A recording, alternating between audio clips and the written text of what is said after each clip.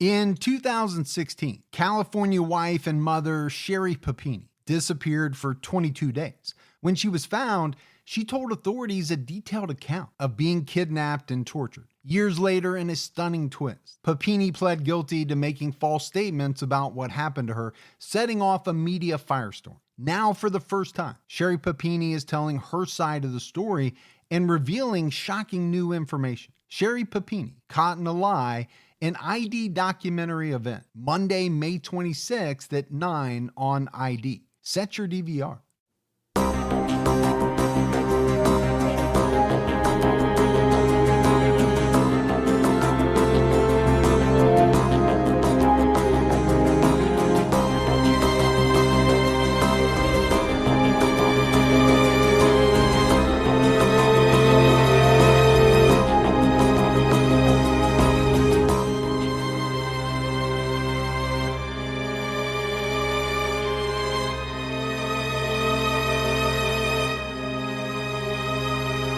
Hello, everyone, and welcome to episode 258 of the True Crime All the Time podcast. I'm Mike Ferguson, and with me, as always, is my partner in true crime, Mike Gibson. Gibby, how are you? Hey, I'm doing good, man. How about you? I'm doing great. Good. You just got done sitting in a real wooden slotted chair. Yeah, like the old days. Yeah, as you say, the old days. Yeah. Somebody sent it to us. We'll talk about it in the mailbag. Yeah, we will. But it's on video. It was an interesting experience. I'll put it that way. Let's just say that my bum did not forget what that felt like. For the short 18, 20-minute video. Yeah.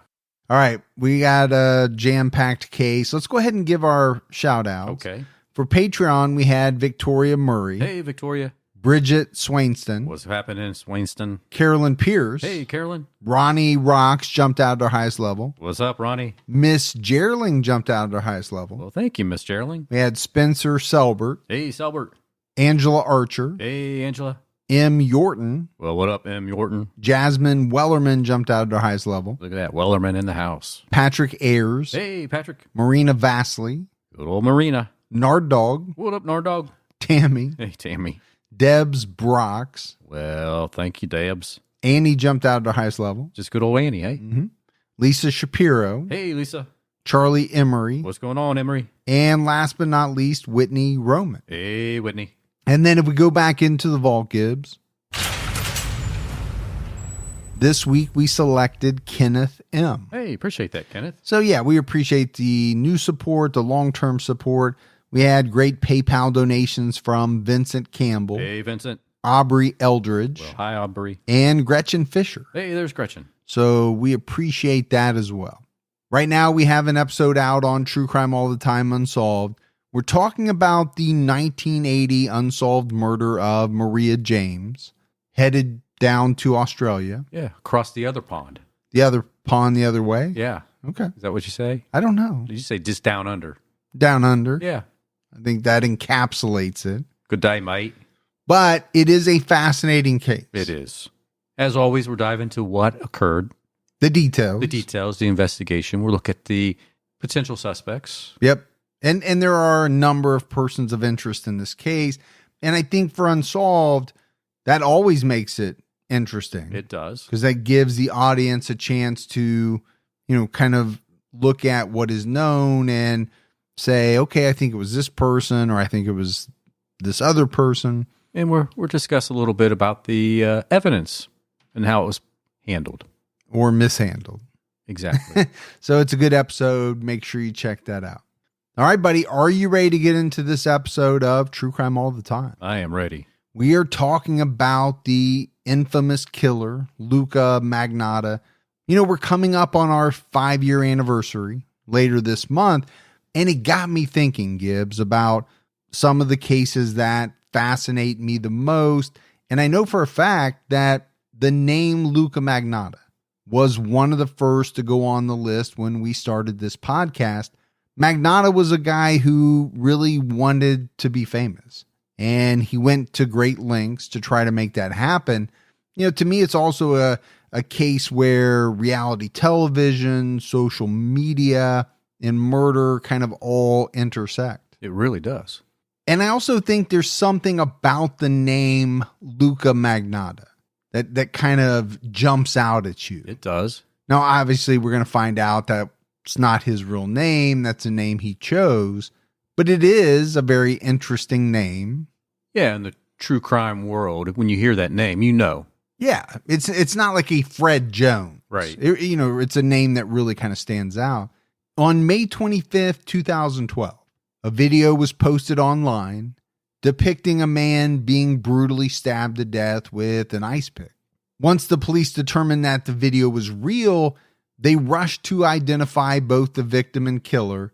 That killer turned out to be a 29-year-old Canadian man named Luka Magnotta, a man with a long history of strange and disturbing behavior, much of it posted online for thousands and thousands of people to witness. I mentioned it, right? Luka's dream was to be famous, and he was willing to do anything to get the attention that he desperately craved. In part 1 of the Luka Magnotta episodes, we'll discuss Luka's life leading up to May 25th, 2012, the infamous one lunatic, one ice pick video, and the beginning of the international investigation to locate him. Luka Rocco Magnotta was born on July 24th, 1982 in Scarborough, Ontario, a suburban community on the outskirts of Ontario. His birth name was Eric Clinton Kirk Newman, and that is kind of a mouthful. That's a very long name. But he legally changed his name as an adult. His parents were Anna Yorkin and Donald Newman. Luka was the oldest of 3 children.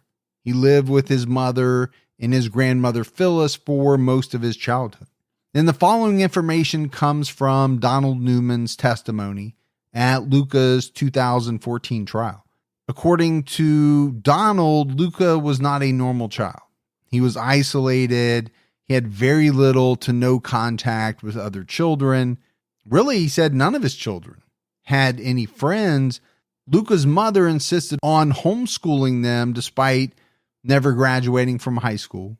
Donald was 17, Anna was just 16 when she became pregnant and left school. They had their second child at ages 17 and 18, and their third child before the age of 20. Well, they were very busy. They were busy. 3 children before the age of 20. According to CBC News, Donald Newman did not want the children to be homeschooled, but Anna was, in his words, clingy, and she wanted to have total control over the kids. There's a lot of moms like that, or parents like that, really. Sure. Yeah. But I think you're right. There are a large number of moms who, whether it's fear-based or based on the fact that they love their kids so much, right, they want to be around them as much as possible. Okay, how much of that goes into it? Maybe this is more fear-based. I don't want them to go to school. I don't know what's going to happen when they're outside of my kind of watchful eye. So, you know what? I'll homeschool. Yeah, I can protect them here better. The family moved to Toronto from a smaller town. The children attended elementary school for a few years. So I guess, got out of the homeschooling at some point. Luka was bullied in school. The other children beat him up. Luka's grandmother, Phyllis, tried to get custody of the children.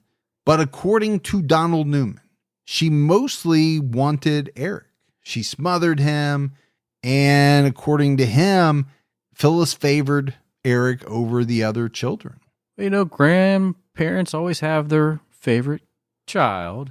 They won't admit it, but I think some of them do. Yeah. I think parents do too. Some. Sure they do. They're never going to admit it or tell their kids that, obviously. Some probably wouldn't even admit it to themselves. But right now there's a grandma sitting, listening, going, yeah, I have my favorite. Yeah, I agree with you. If a person was really honest with themselves, which a lot of times is really hard to do, then maybe they might say that. I mean, I know your grandma loved your sibling that you never had. So. Yeah. Since I was an only child, I was definitely the favorite. Luka's parents divorced when he was 11. Donald claimed that he developed a drinking problem because of Anna's family. So Donald had a drinking problem. Anna also had a problem with drinking vodka excessively. After the divorce, Donald was diagnosed with schizophrenia and cut off almost all contact with his children. So Luka lived with his mother and grandmother. Luka reportedly hated his mother's new boyfriend and described him as a monster. Gibbs, he basically drifted away from everyone in his family, except for his sister Melissa and his grandmother. So, I mean, I think you can look at Luka growing up, his teenage years. There was no doubt he was definitely negatively affected by the divorce. Yeah, there's a lot going on there. From 1998 to 2000, Luka attended I.E. Weldon Secondary School in Lindsay, Ontario. We talked about the fact that he was homeschooled for many years. His mom was described as clingy, but also his grandmother told him that the world was a dirty and dangerous place. Well, it can be, depending on where you go, what you see. Oh, sure, it can be. But also it's a beautiful and fun and... Yeah, to me, that's, kind of the whole point, right? If you're constantly being barraged with danger, danger, danger, don't do this, don't do that. Okay, I get it. Be careful. But you can also develop some really kind of strange thoughts about the world. Sure. And, it's like saying, if you go outside, you're going to get hit by a baseball. Could you potentially? Sure. Sure you could. Is it likely? No. No. Should it keep you from going outside and playing with your friends or playing with the dog? No, you can't let it do that. Yeah, you can't let perceived dangers keep you from living your life. Yeah, absolutely. But can the people that you look up to in your life kind of lay that on you? Oh yeah. And almost, make you that way? I think the answer is yes. Luka's teachers and classmates remembered him for his preoccupation with his looks. And that's going to be something that extends into adulthood. We're going to talk about that. But, other than that, most of the people that knew him said he didn't really stand out. Just an average guy. Yeah, he didn't act all that strangely. Luka graduated from high school, but he didn't attend college. In 2003, Luka appeared in 2 Canadian pornographic films. I wonder what that's like. They just say sorry a lot. A? Do they say A? A? Yeah, we're going to get a lot of hate emails from our Canadian listeners. It's all love. It's all love. He also worked as a stripper and as a male escort. And he used the pseudonym Jimmy for most of this type of work. I get that, you can't use your real name. Like sure. When I used to use Rex West. Exactly. So far, you guys have a lot in common. A little bit. Because you did spend some time in Canada. I do and did. And yeah. Doing some things that you would never tell me about. I don't know. Maybe someday you'll open up about it. That same year, Luka's father referred him to a psychologist because he was worried about his mental health. Luka was hospitalized for hearing voices. A March 7th, 2003 medical record states the father has been made aware that his son has been admitted to the 10th floor and has been hearing voices. He's worried about his son. Luka was prescribed medication for the rest of his life. Yeah, I think for any parent, that would definitely be a concern. If your child came to you and admitted that they were hearing voices, sure. Yeah, no, there's no doubt. And this was almost 20 years ago. I think today the concern is even greater, right? We know more about mental health issues. I think parents take mental health much more seriously than they did even 20 years ago. But especially, think back when you and I were in our teens. Right. It was very rarely talked about. If at all. And as I know, I've told you more than once, the pandemic, everything that went along with it, the schools being shut down, people being kind of sequestered in their houses, especially kids.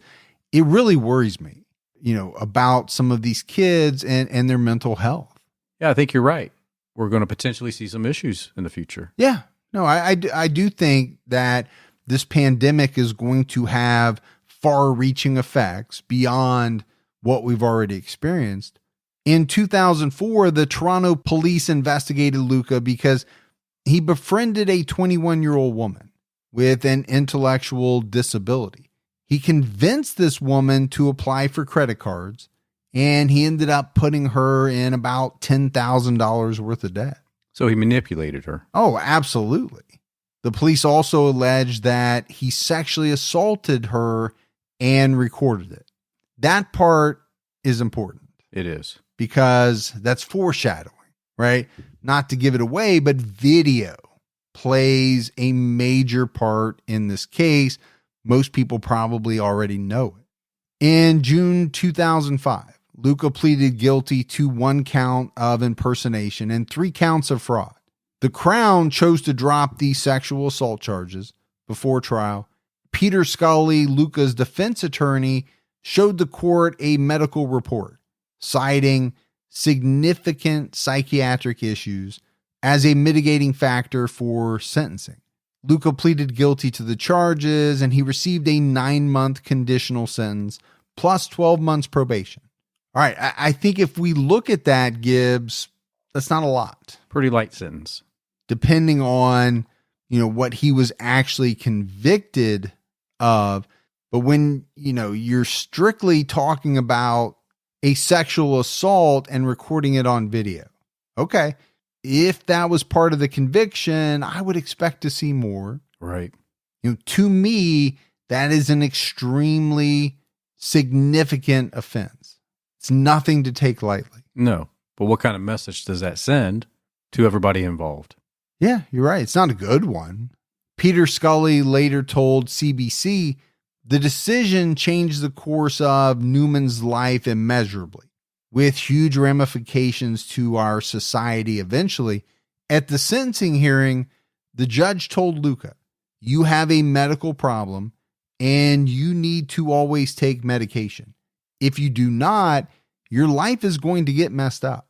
So as part of his probation, Luka was required to attend a treatment program and take all of his prescribed medications. But I go back to his attorney's statement, right? This decision, he's almost kind of echoing what we were saying or the path that we were going down. I take this to mean this light sentence had huge ramifications later on, which we know that it does. And it makes you think, when you hear about the judge saying, make sure you take your medication, how many other offenses have happened over time because the individual didn't take their medication. Oh, I'm sure the number is very large of people that have been prescribed things that are designed to help them deal with X, whatever X is. They choose not to take them. Right. And end up, spiraling downward and ultimately, doing something that maybe they wouldn't do if they would have taken the medication. Yeah. So Luka served this pretty short sentence, and after that, he continued acting in pornographic films. He appeared in an issue of Toronto's Fab magazine using the pseudonym Jimmy. In the magazine, he described himself as a 22-year-old man born in Russia. So here's the start, kind of the attempt to create a different life, a different persona. So he's starting to live in a fantasy world.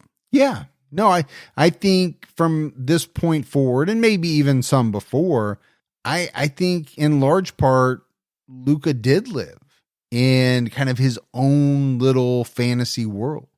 But at the same time, he was trying to create it as well, right? Create a fantasy world in which he could live. In 2006, Luka met Barbie, a transgender woman. They began a romantic relationship. Barbie later told the Fifth Estate that Luka always talked about how he wanted to become famous. He had a shrine, Gibbs, dedicated to himself in his house. and he was always asking Barbie to take pictures of him. She didn't like this behavior, and she ended the relationship in April 2006. Luka dated another woman named Nina Arizno on and off for several years. She didn't have great things to say about him. Later on, she described him as manipulative, a liar, and self-destructive. I don't think she was wrong, because we're going to see, as we move forward, kind of all these traits come out in Luka Magnotta. I've been calling him Luka this whole time, but it really wasn't until August 12th, 2006 that Luka legally changed his name.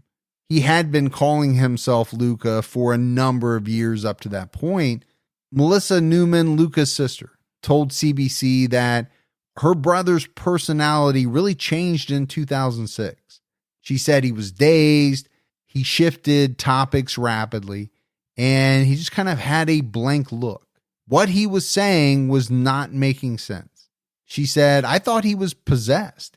He wasn't Eric. Well, this is his sister saying this, the person that would know him fairly well. And probably the best, when you go back to us talking about, it really was his sister that he was probably the closest with out of all the members of his family. So my assumption is she probably knew him better than anyone. Yeah. She can't even recognize who this person is at this point. No, because he's changing. He's changing so much. And I think the changes occurred fairly rapidly.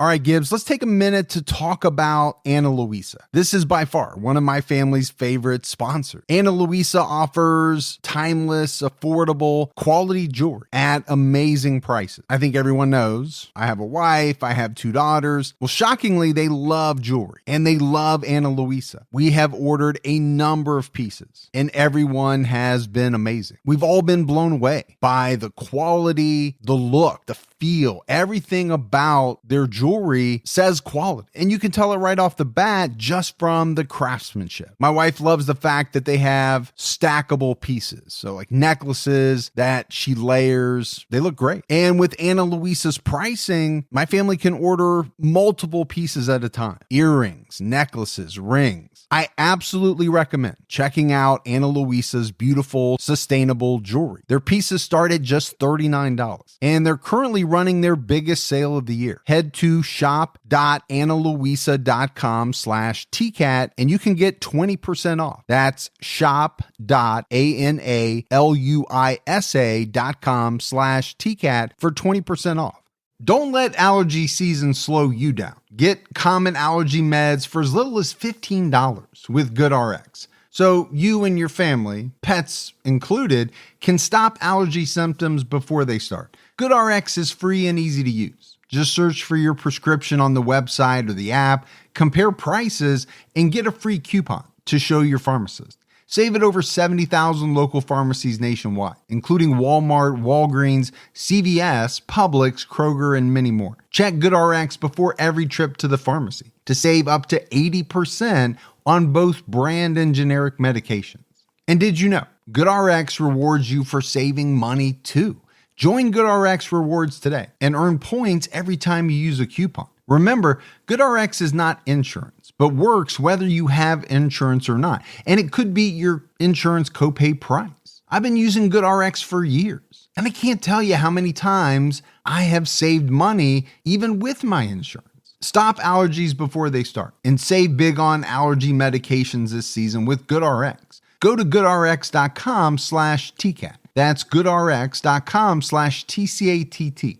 In March 2007, Luka Magnotta filed for bankruptcy. His reason for filing was illness, lack of employment, and insufficient income to pay off debts. I guess he owed about $17,000 in debts. He also claimed that he had to pay about $200 a month in medical expenses for what was listed as an unspecified condition. His bankruptcy was discharged in December 2007. You know what we're not talking about are a bunch of different jobs that he held. I don't know that he did. We mentioned him being in some pornographic films. I think he did some other things along those lines to make money. He definitely wasn't, working a 9 to 5. No. He wasn't working at Burger King or, some type of Walmart or, something like that. And obviously he was spending well above his means, as many people do. To rack up $17,000 in debts, that meant he was spending money he didn't have. Yeah, more than what he was making. In the summer of 2007, rumors spread online that Luka was in a relationship with Karla Homolka. We covered Karla's case. She and her first husband, Paul Bernardo, raped and murdered 3 minors between 1990 and 1992. She was convicted of manslaughter after a plea bargain and only served 12 years in prison. Yeah, extremely light sentence. So she got out. People were outraged, right? We talked about that in the episode. And now there's rumors that she's dating a guy named Luka Magnotta. Now, Karla is infamous. When you look at the history of Canadian crime, right, Karla Homolka and Paul Bernardo are right up there. They're always going to be included in that list. So the rumors are flying. Luka denied everything in an interview with the Toronto Sun that was published on September 14th, 2007. Now, he claimed the rumor started because the Toronto police announced that the two had dated when they were investigating Homolka, but they later retracted their statement because they had no evidence to prove it. According to Luka, many people had created accounts to post false rumors about him on social media sites and discussion forums. He dismissed the rumors as hoaxes and, kind of like cyber stalking campaigns against him. But the Toronto police believe that he created many of these rumors himself. Well, I can see him probably doing something like that. Yeah, police later learned that he created about 70 Facebook profiles and he had 20 websites under different names. He also created a tribute to Karla Homolka on a Luka Magnotta YouTube account.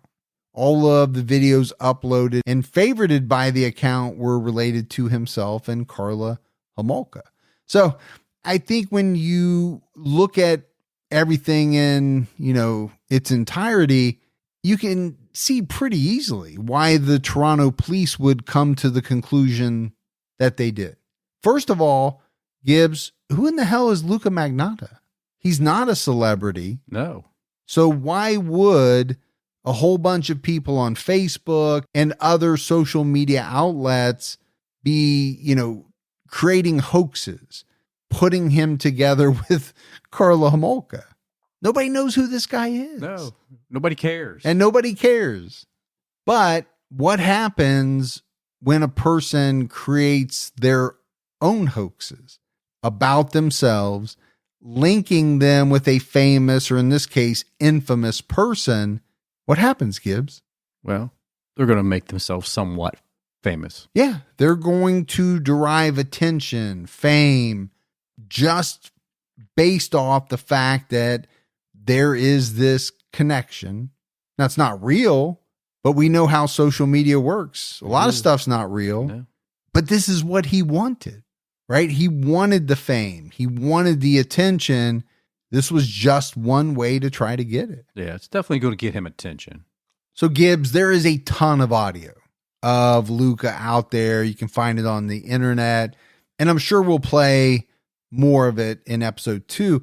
But I did want to get in at least one clip in this episode so that people can hear Luka.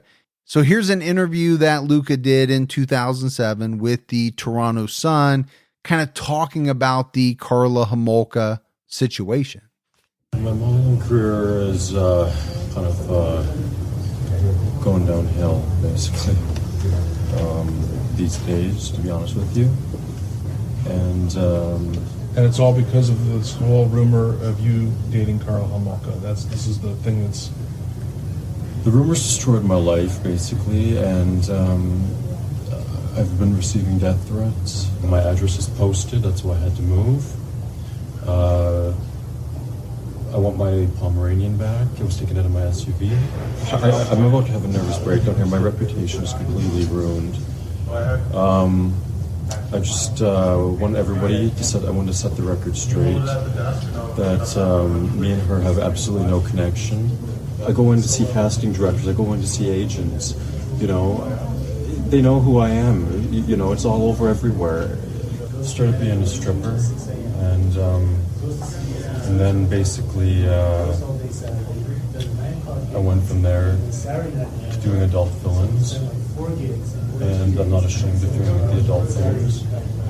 I have a problem though with people saying those to relatives, and now nobody wants to talk to me. I don't have anybody basically.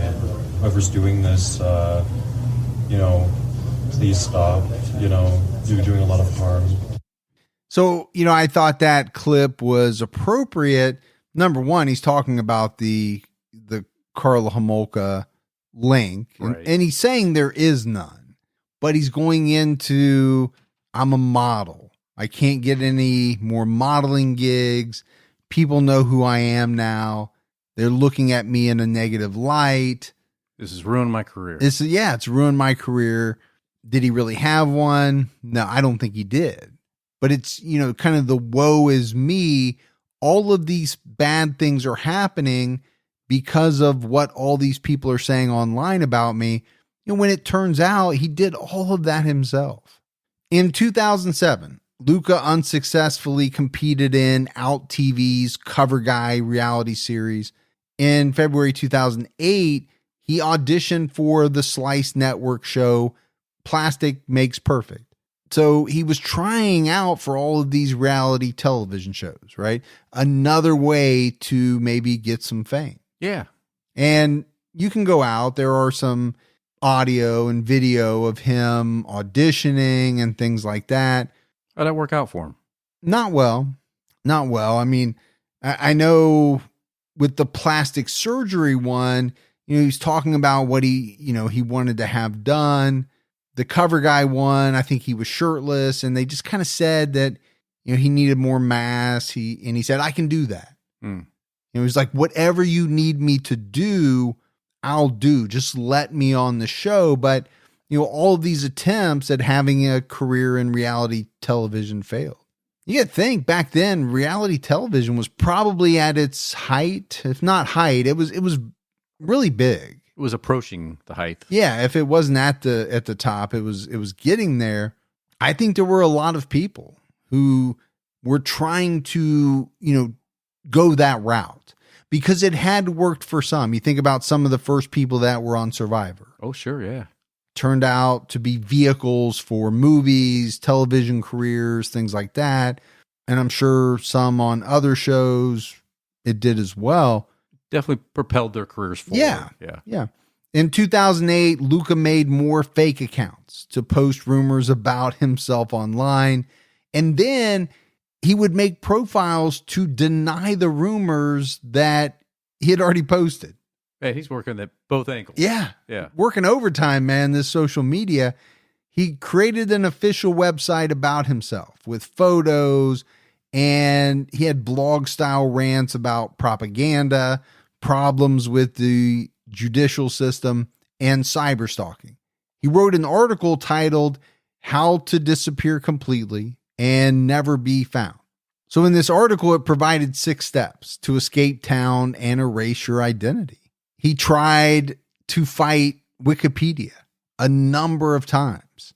He kept trying to set up his own Wikipedia page. They kept taking it down. He posted an online escort ad under the name Jimmy. According to CBC News, one of his clients posted a negative review describing him as cold and remote. Well, it's probably not the way you want to be described if you're in the escort arena. No, and who would know better than you? Luka is also believed to have created a blog called Necrophiliac Serial Killer Luka Magnotta. The website had photos of him and thoughts on necrophilia. The website owner wrote, "It's not cool to the world being a necrophiliac. It's bloody lonely. But I don't really care. I have never cared about what people thought of me.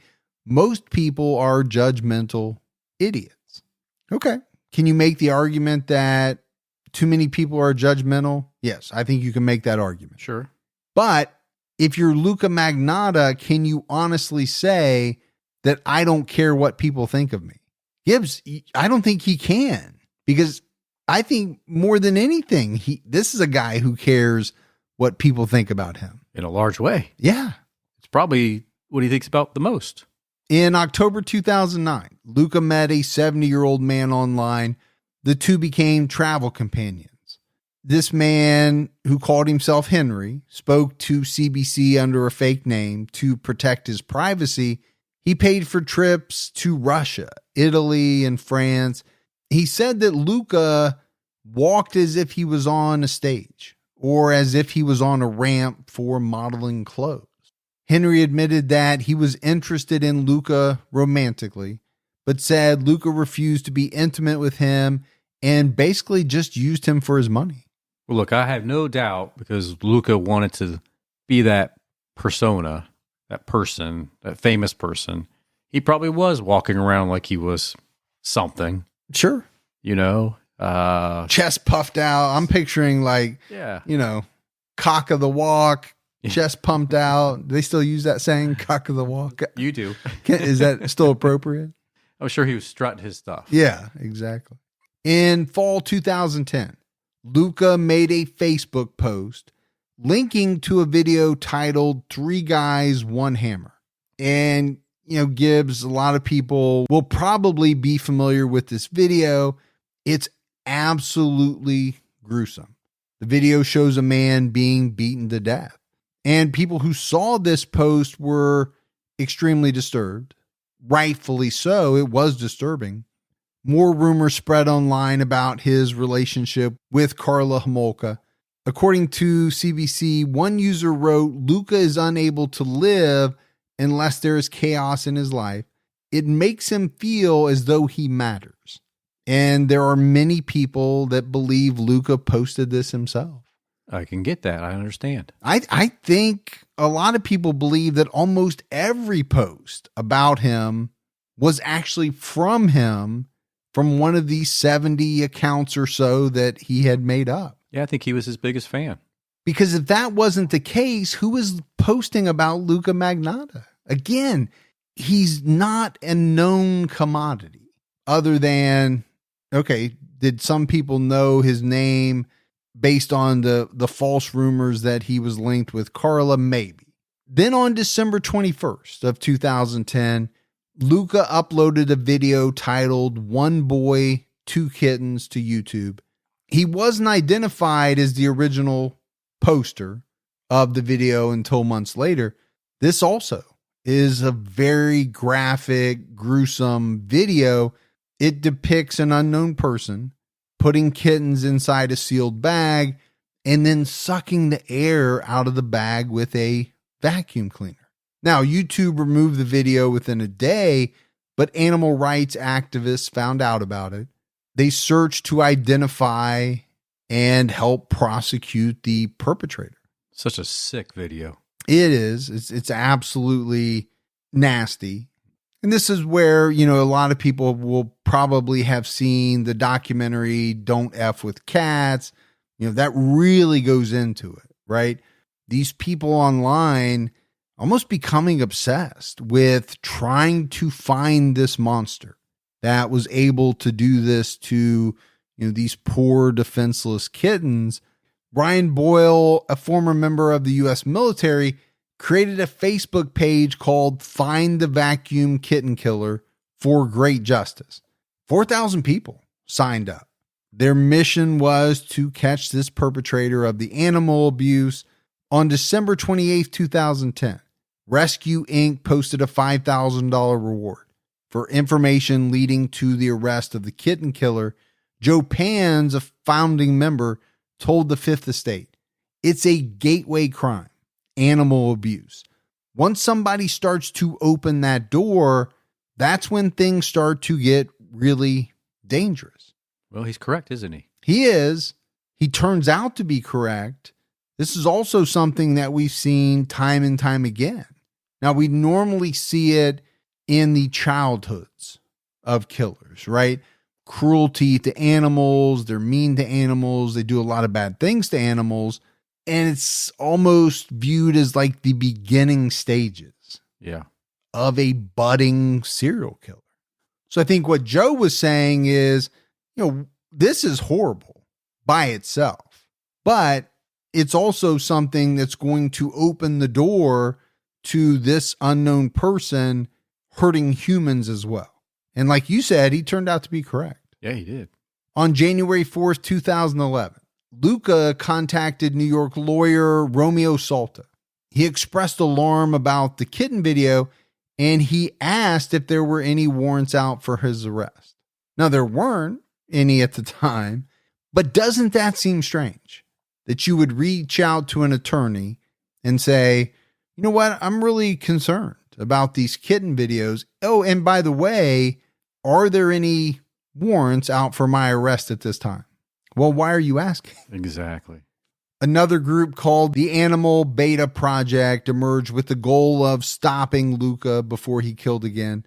Now, they didn't know it was Luka yet, but one of the photos posted by the kitten killer showed a man with a blurred face holding the two kittens while they were still alive. The Animal Beta Project found the exact photo without the blurred face. And it was at that point that they were able to confirm that Luka Magnotta was the kitten killer. They analyzed the video frame by frame and claimed that the furnishings and clothing in the video matched other images that Luka had posted online. The AB Project found a wealth of information about Luka online because obviously he had posted a lot, but they couldn't get his location. So they knew who he was. They knew it was him, but they couldn't find him. So they worked with data experts to find a solution.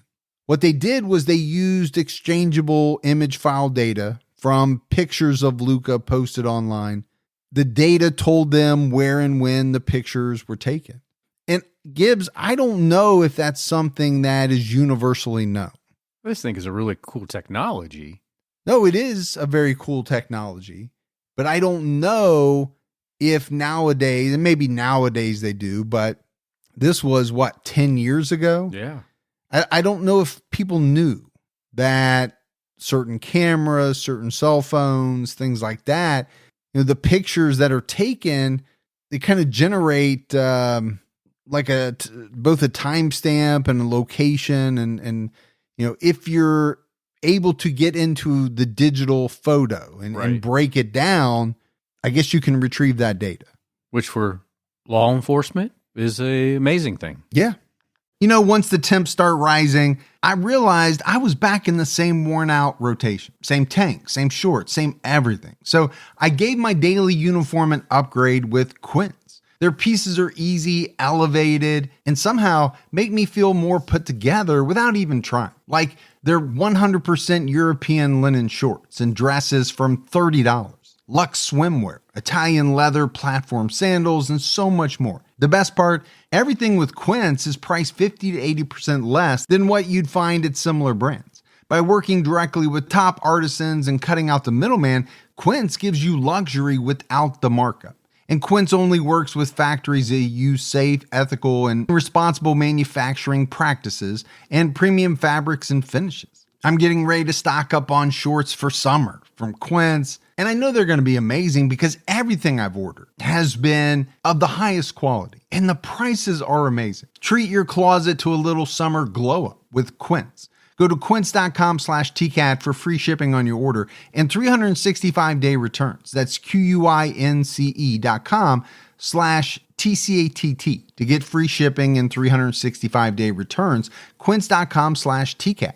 My wife and I do a lot of shopping online, and we always use Rakuten. Rakuten is the smartest way to save money when you shop because you earn cash back at over 3,500 stores. We're talking fashion, beauty, electronics, home essentials, travel, dining, concert tickets, and more. Your favorite stores like Macy's, Nike, Sephora, Dyson, and Lowe's. And that's just to name a few. Pay Rakuten to send them shoppers, and Rakuten then passes passes on a part of that payment to its members as cashback. Cashback is deposited directly into your PayPal account, or Rakuten can send you a check. You can even maximize your savings by stacking cash back on top of other deals, like store sales and coupons. You're already shopping at your favorite stores. Why not save while you're doing it? It really is a no-brainer. Membership is free, and it's easy to sign up. Get the Rakuten app now and join the 17 million members who are already saving. Cashback rates change daily. See Rakuten.com for details. That's Rakuten.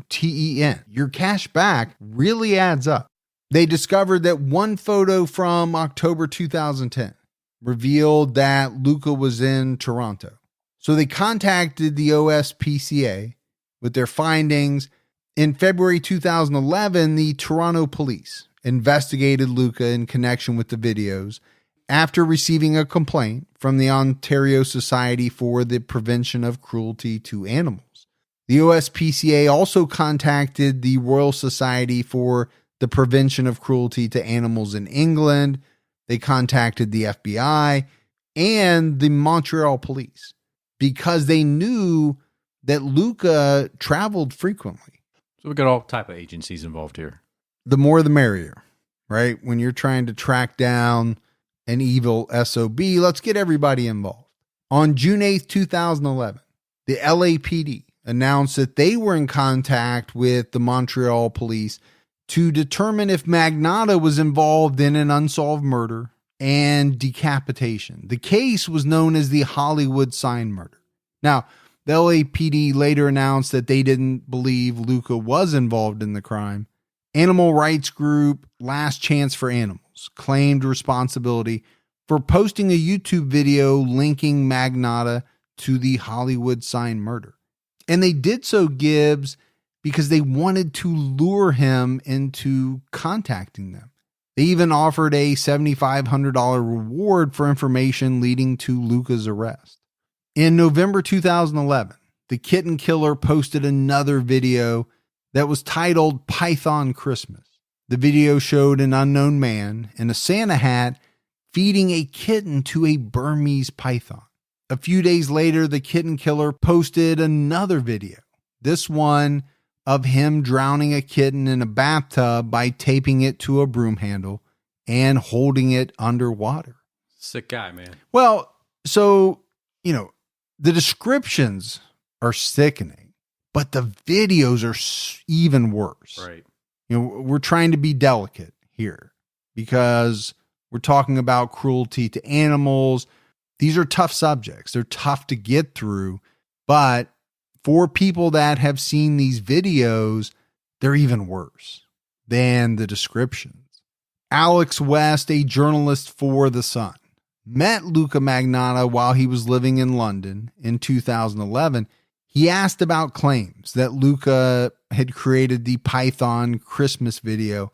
Luka denied the allegations, but Alex West described his behavior as highly suspicious. The Sun contacted Scotland Yard, but they said that the issue was outside of their jurisdiction.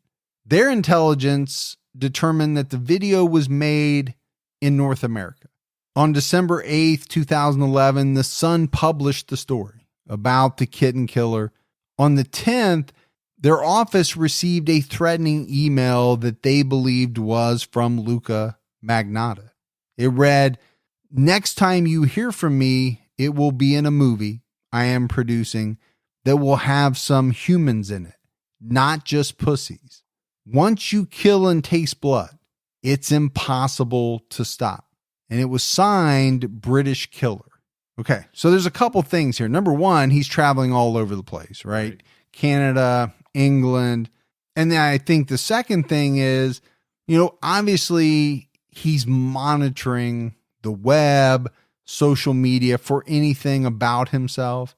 He's probably getting his jollies. Oh, he's definitely getting his jollies off of all the comments, even the negative ones, which most of them would have been negative about how nasty this was and what a bad guy this is. But it's still what, Gibbs? It's attention. Yeah. And that's what he is craving. Now, you would think that you would want only good attention. But that's not the case for everyone. Yeah, sometimes this attention, good or bad, works. Or publicity, good or bad. Right. The old saying, right? Which is what? Any publicity is good publicity. Okay. I really 100% thought that you were not going to know it. Impressed, eh? Yeah, I am impressed. I thought you were going to know that there was a saying, but not be able to tell me what it was. Some days I'm just a little bit sharper than that one tool in the shed. Some days you're sharper than others, that's for sure. In early 2012, the AB Project received a tip that Luka had moved to Montreal. So they began searching for any photos that may connect him to that location. They used Google Street View to analyze one of his pictures and found his exact neighborhood. According to CBC News, 4 days after they found the identifying photo, the group received an email, and it read, "The name of the kitten vacuum killer you're looking for is Luka Magnotta. He was born in Russia, lives in Los Angeles, and has lived in several different countries. The apartment in the video is located in West Hollywood. Hope this helps. I'm 100% serious." Well, just to step back a little bit, how amazing is it that the technology that they were able to use would identify the exact neighborhood? Yeah, again, I'll go back to the documentary. It really dives heavily into kind of the investigative part of all these different individuals, many of them just amateur detectives, right? Around the world, banding together to do all this work to try to find him. But it is amazing. And we're talking about almost 10 years ago. Right. Gibbs, it was around this time that Luka began posting more about necrophilia and sedatives. On May 15th and 16th, 2012, various accounts made repeated references to a video titled "One Lunatic, One Ice Pick." The video had not yet been released, but one promotion image showed a man in a purple hoodie holding an ice pick. On May 24th, Luka Magnotta went silent on the internet after a series of frantic postings. The last thing he posted was a cryptic message about being a psychopath killer. And it was just the very next day that an 11-minute video titled "One Lunatic, One Ice Pick" was uploaded to bestgore.com, a Canadian shock website. The video depicted a naked male tied to a bed frame, being repeatedly stabbed with an ice pick and a kitchen knife. The video showed the assailant dismembering the man and committing acts of necrophilia and cannibalism. The assailant used a knife and fork to cut off some of the man's flesh, and he fed parts of the body to a dog. Okay, that'll shake you to your core. Now, if you've seen it, and I have, I watched it many, many years ago. It is something that you will never forget. And the worst part about it, Gibbs, because I remember, when this was all kind of coming out, was that a lot of kids saw it. And at first, didn't know if it was real. Right. Eventually, they figured out that it was, and they were horrified and probably scarred. I'm nauseated just thinking about it right now. Oh, the description is bad enough, just like it was with the animal killings. But this one, the video, it is absolutely mortifying. During the video, the 1987 New Order song "True Faith" played in the background. There was a poster for the 1942 film Casablanca that was visible on the wall. Canadian authorities retrieved a more extensive version of the video and later confirmed that the acts of cannibalism shown in the video may have been fake. On May 26th, Roger Renville, an attorney from Montana, attempted to report the video to the Toronto police, his local sheriff, and the FBI. His report was apparently dismissed. And this guy was very frustrated, Gibbs, with how the Toronto police handled his call. He told various outlets that "I kept insisting, and he told me that my story didn't make sense. Why would a killer film himself and then put it on the internet? There were a number of best score viewers who also tried to report the video. Mark Merrick, the site owner, said his site users identified Luka Magnotta as the killer before the police did. Shouldn't happen that way, should it? It really shouldn't if police take things seriously. I get it. When you first hear about it, okay, you would ask the question, well, what killer would film themselves murdering someone and then put it on the internet? Luka Magnotta, that's who. And police didn't really confirm that the video was real until May 30th when they watched it for the first time. 5 days later. 5 days later, they were forced to acknowledge the reports when more disturbing events occurred. Human body parts were mailed to several locations around Canada in the following days.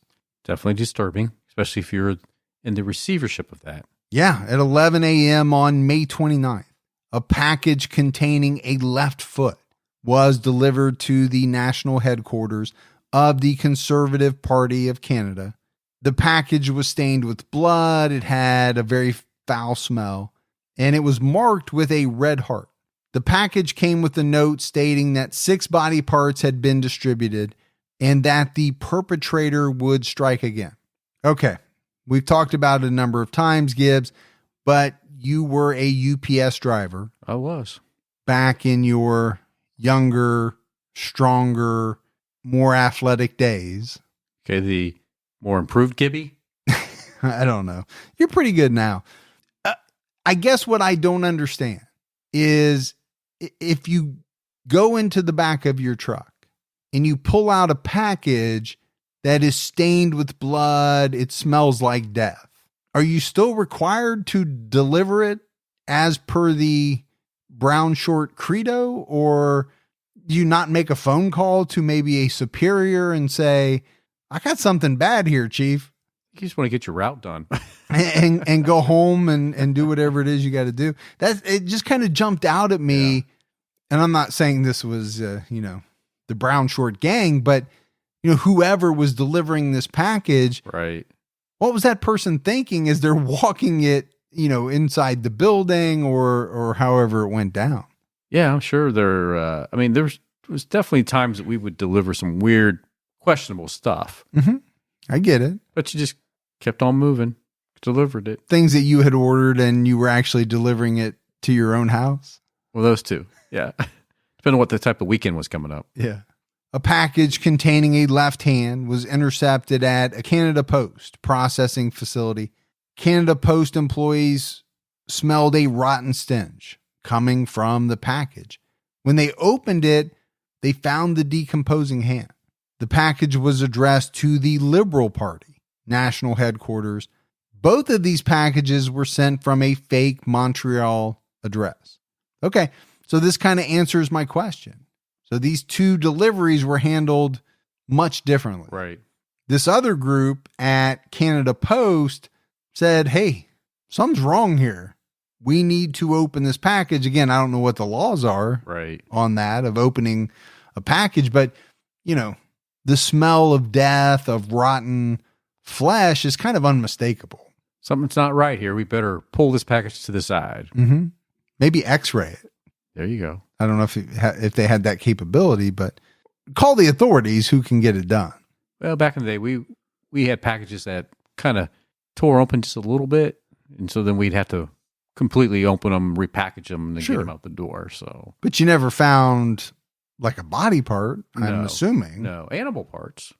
So the Ottawa police were still investigating the foot case when they received reports of a human torso that was found at an apartment in Griffintown, Montreal. At 10:15 a.m., a janitor discovered a decomposing torso inside a suitcase. The suitcase was dumped in a garbage pile in an alley behind an apartment building. The janitor told police he saw the suitcase on May 25th, but didn't pick it up until residents began reporting a rotting meat smell coming from the alley. And I guess Gibbs maggots were crawling all over the suitcase. This janitor named Mike Nadeau told the police, as soon as we opened it, we just saw the body with no head and said, "We're out of here. Call the cops." I'd be right there with them. I think I would do the exact same thing. The police found the human torso, bloody clothes, and papers identifying their suspect. Surveillance footage inside the building showed a man bringing garbage bags outside. The footage matched video of a suspect captured at the post office. They identified their suspect as Luka Magnotta. All right, it seems to me at this point everybody knows we should be looking for Luka Magnotta. At 11:33 a.m., police searched apartment 208, rented by Luka Magnotta.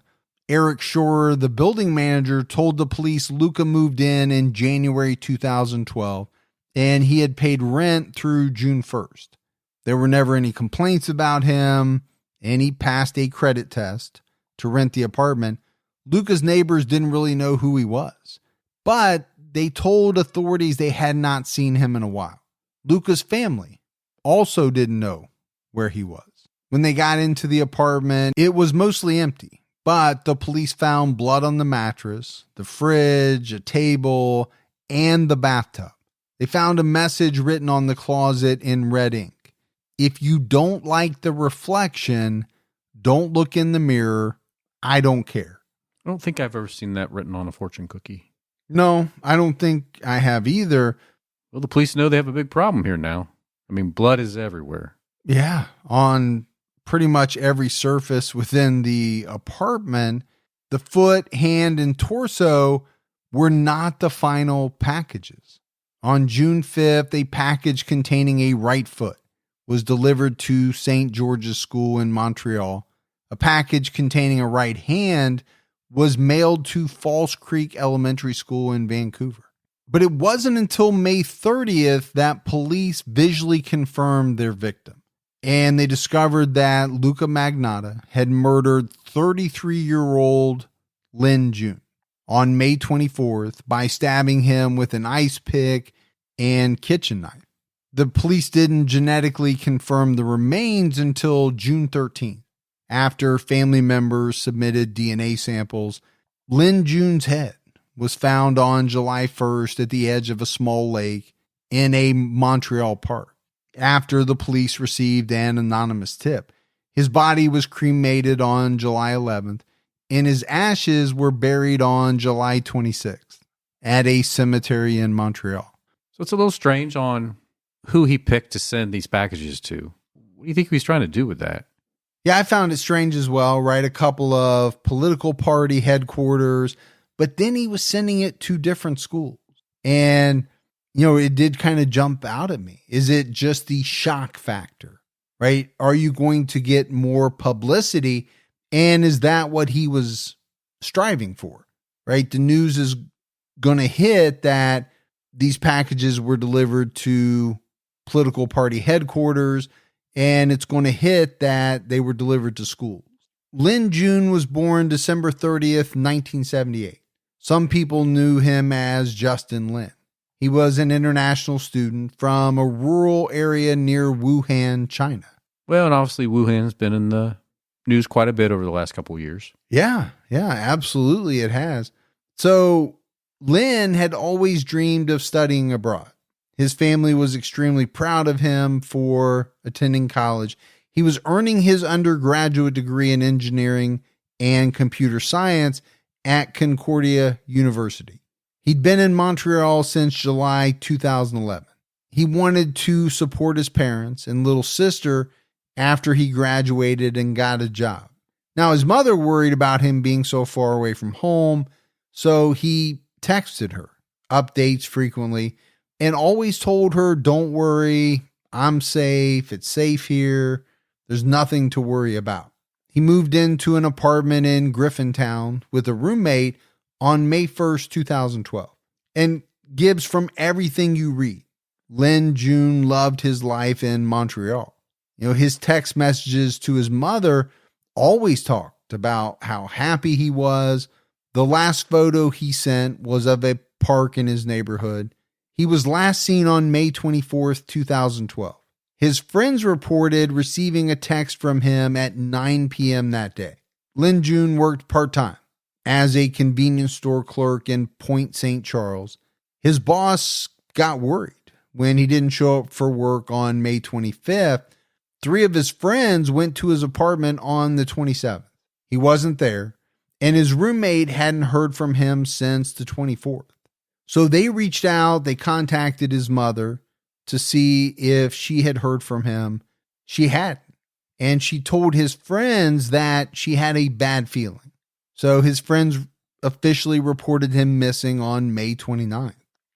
On May 30th, 2012, the police publicly identified their suspect as Luka Magnotta, and they announced that he had fled the country. On the 31st, Interpol joined the search, and they posted his information among a group of 9 international suspects. The Montreal police issued a worldwide warrant for first-degree murder. So he's on the run. Yeah, he's on the run. I think at this point, Gibbs, he ran because he knew that he was going to be identified or had already been identified. Yeah. I don't know how he thought he was not going to be identified. And maybe he didn't think that. Maybe he knew he was and he just didn't care.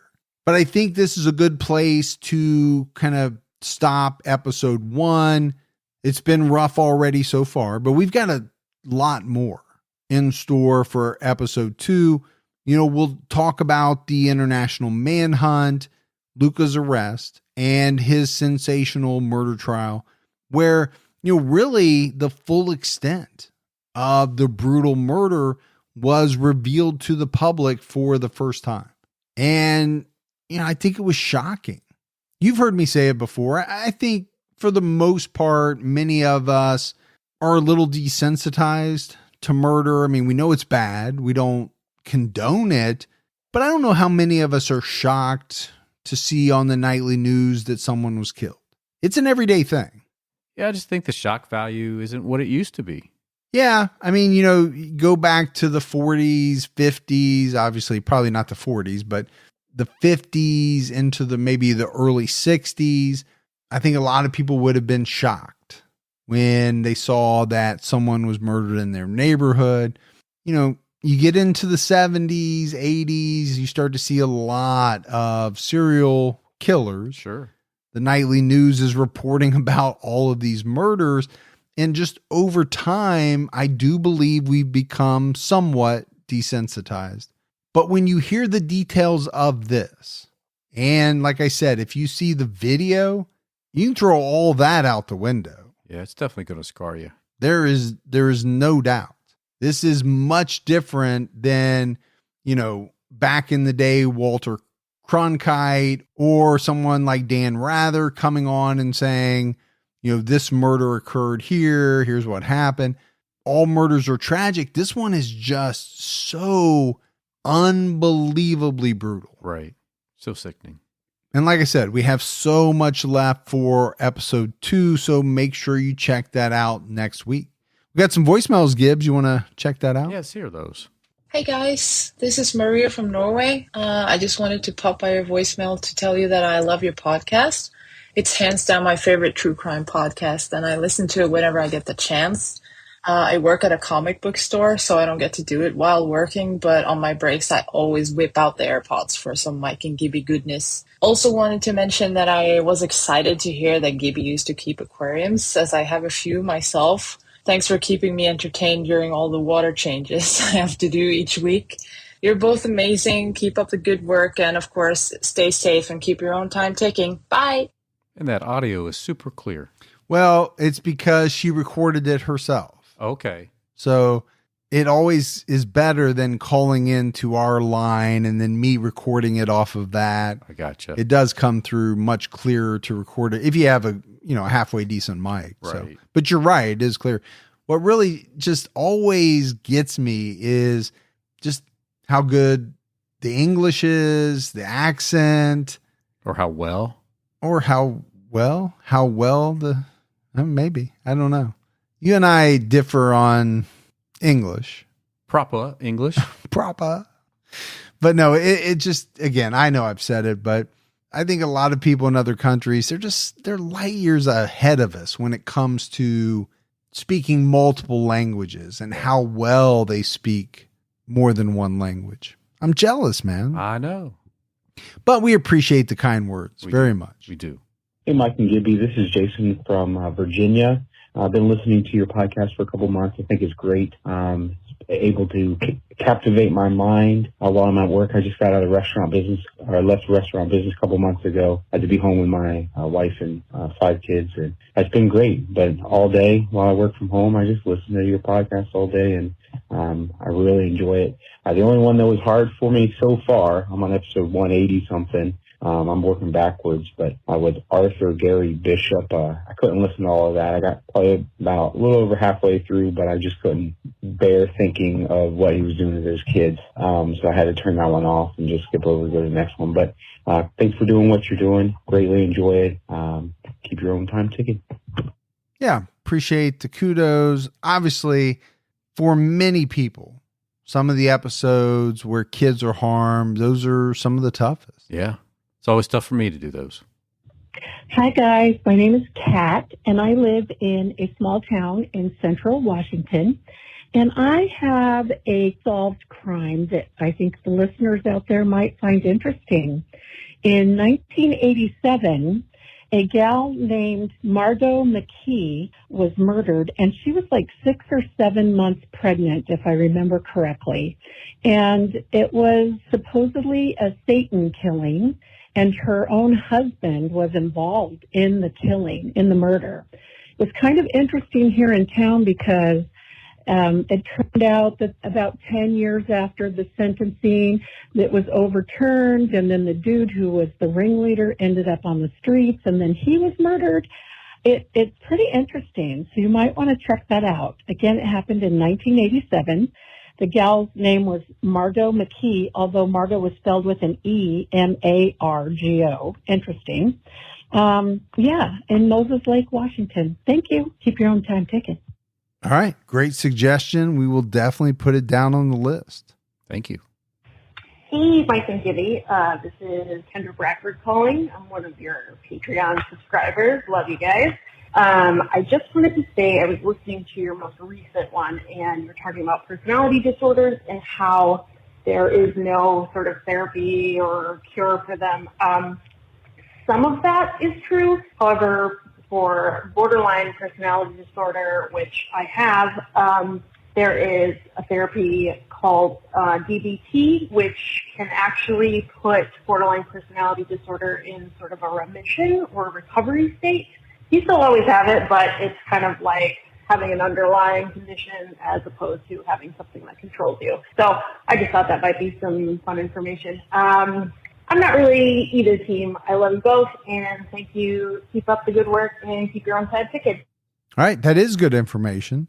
I have heard of that DBT, but I wasn't exactly sure what it was. Yeah, now we know. Now we know. The thing is, will we remember? Because we do learn a lot of stuff. It's the retention. That's a great word. Kudos to you. That's the issue. Retaining the information so that we can then later use it when we need it. Do you ever realize or notice that as the episode goes along, I get smarter?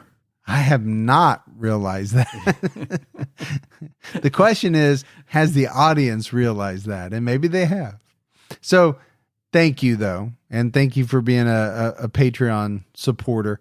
Speaking of Patreon, Gibbs, we had a bunch of mailbag, but Kyle Pruitt sent in an actual wooden slotted chair. Yeah. That I made you sit in for our Patreon video this week. Resembled the one that you used to make me sit in all those years for a while. The only difference is this was real and that other one was imaginary. Megan Caskey sent us in some genuine playing cards from prison. Yeah. The real deal. The real deal. We talked about it in an episode. These happen to be, I think, from either Iowa or Idaho. Now I forget. I don't have them right in front of me. But we talked about prison cards with cold cases on them. Yeah. And she sent us some actual cards. Appreciate that. Pamela Matson sent us some coasters and buttons from the Halloween capital of the world, Anoka, Minnesota. That was a bad one. You do it. You're better. It's Anoka, Minnesota. That's better. Yeah. I don't know what mine was. But I've been spending some time in Canada, so I kind of pick up a little bit of that. I got you. Yeah. I got you. Mine was horrible. I'm always giving you a hard time for your accents. Mine was one of the worst ever. Just got to remember Fargo. Just think of some of your best Fargo scenes. And I do love that show. Yeah. Charlie sent us in 4 different kinds of fry sauce. So we're pretty well set on fry sauce for a while, I think. Plenty of fry sauce to go. Just need some fries now. No, we need some fries. And we can get some from where? The fry store? No, not Oneida, New York, but where? Yeah, the Oneida, Idaho. Just Idaho. Just Idaho. Oh, Orida? Oh, right. That's the company that makes French fries or whatever. Remember all when right. I said I get smarter as that just ruined that whole thing. Well, I think we should end it on that. Yeah. So obviously this is it for part 1 Right. of our coverage on Luka Magnotta. We'll be back with everyone next Sunday with the part 2 and I believe what will be the final part. But that's it for another episode of True Crime All the Time. So for Mike and Gibby, stay safe and keep your own time ticking.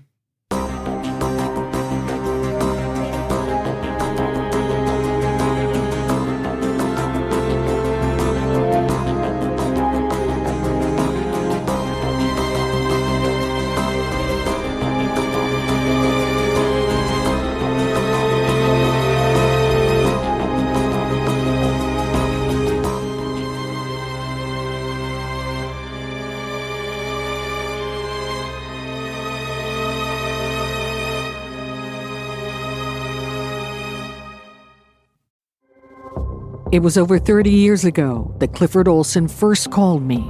Secret phone calls from Canada's most notorious serial killer. I knew I was killing the children, but I couldn't stop myself. Now it's time to unearth the tapes, because I believe there are still answers to be found. I'm Arlene Bynum from CBC's Uncover, Calls from a Killer. Available now.